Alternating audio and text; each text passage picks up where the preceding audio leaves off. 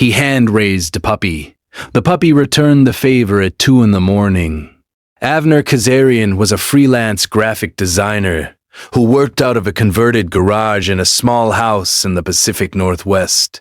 He lived with his pregnant wife Linnea, an architect on maternity leave, and a 6-month-old Bernese mountain dog they had bottle-fed since the breeder's litter was orphaned at 3 weeks.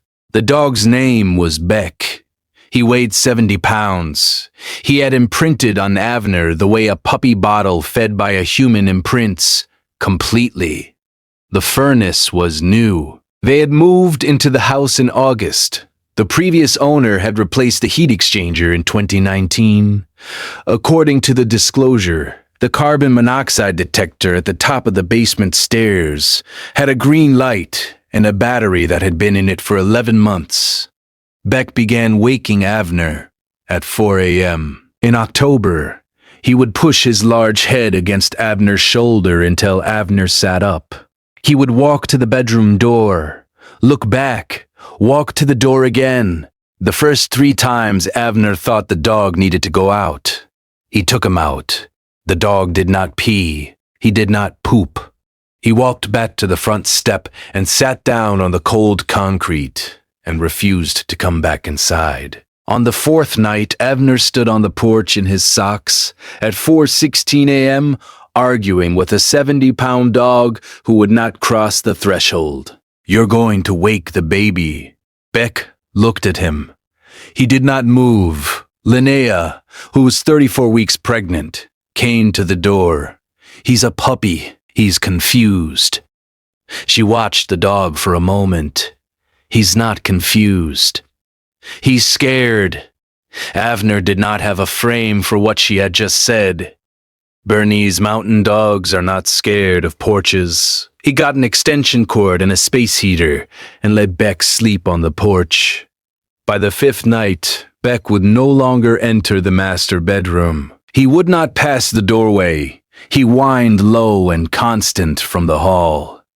Avner closed the door. The whining did not stop. On the 6th night, Avner woke at 2:42 a.m. with a headache that felt like a hangover, but was not a hangover. Linnea was nauseated. The baby was kicking strangely. Beck was in the hallway barking, which he never did, and refusing to stop. Linnea sat up. She said, "Something is wrong." The carbon monoxide detector at the top of the basement stairs had not gone off. Avner went to it. He pressed the test button. It chirped. He looked at the green LED. The green LED was lying. He took both of them out into the front yard at 2:51 a.m. in their pajamas, with the dog on a leash. He called the fire department because he did not know what else to do. If you stay for stories about what animals notice before we do, you're in the right place. Subscribe so you don't miss the next one. The fire department arrived in 14 minutes. They had a portable CO meter. They walked through the house with it. The kitchen read 38 parts per million.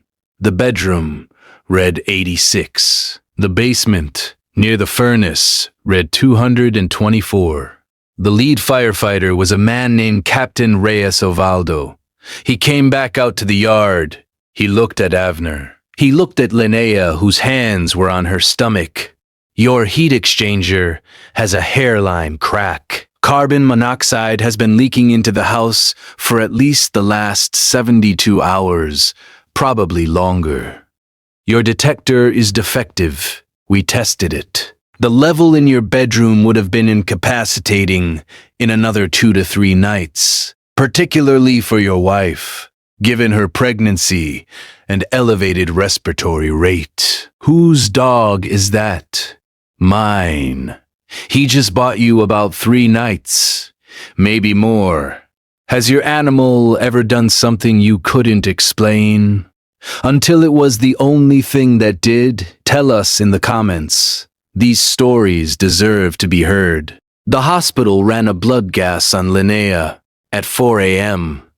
Her carboxyhemoglobin was 14%. They put her on 100% oxygen for 4 hours. The fetal heart monitor showed the baby was fine.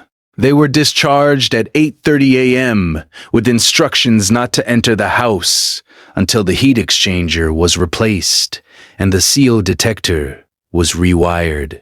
They sat in their car in the hospital parking lot, in October sunlight with the dog in the back seat. Linnea cried.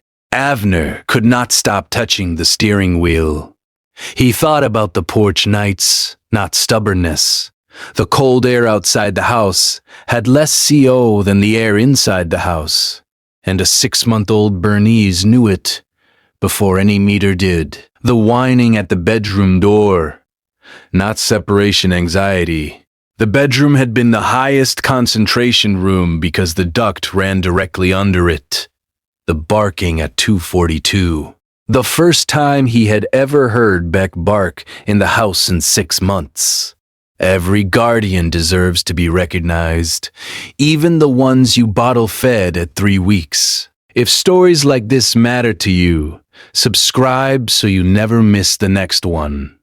They moved into a hotel for 9 days. The heat exchanger was replaced. The detector was replaced. They moved back home the day before Linnea's 36th week appointment.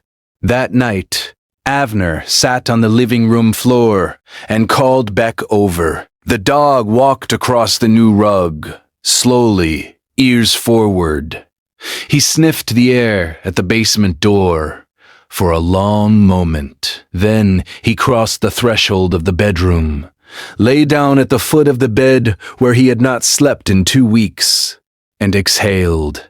Linnea looked at her husband. He said he just signed the inspection.